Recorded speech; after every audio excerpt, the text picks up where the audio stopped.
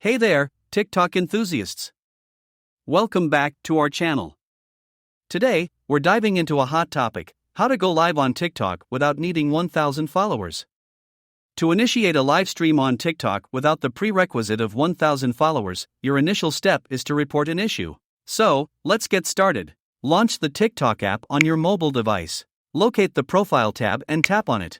Next, navigate to the three horizontal lines icon in the top right corner and tap on it. Now, select Settings and Privacy. Within this section, you'll find various options and sections. Scroll down to locate the Support and About section. In this section, select Report a Problem. Once again, scroll down to find the Submit a Report option and tap on it.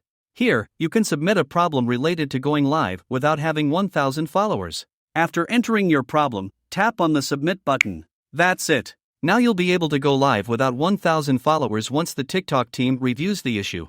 And that's a wrap on today's tutorial. If you found this video helpful, don't forget to like, subscribe, and hit the bell icon. Thanks for watching.